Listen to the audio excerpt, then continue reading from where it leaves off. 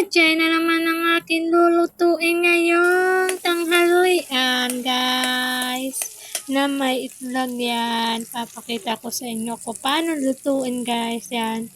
Ginisa-gisa ko muna yung bawang sibuyas. Yan. Tsaka ko nilagay ang gulay na yan. Yung pechay. Yan. Gigisa ko muna. Yan. Pasensya na, guys, dahil na munti ka na matapon ng gulay dahil hawak ko nga ang cellphone habang nagke-video. Ayan, munti ka na matapon, guys. Yan. Yan, naluwang ko ng magic sarap. Yan.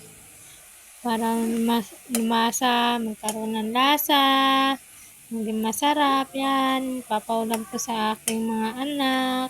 At haluan ko pa po ng itlog yan, guys. Nalagyan ko siya ng itlog yan. Haluan ko siya ng itlog na yon at gigisa-gisa ko muna yan.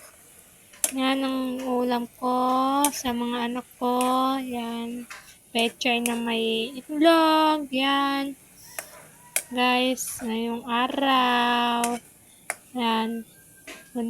Pasensya na kayo, puro ganito salita ko, kaya pasensya nyo na boses ko dyan. Yan, hirap magsalita. Yan.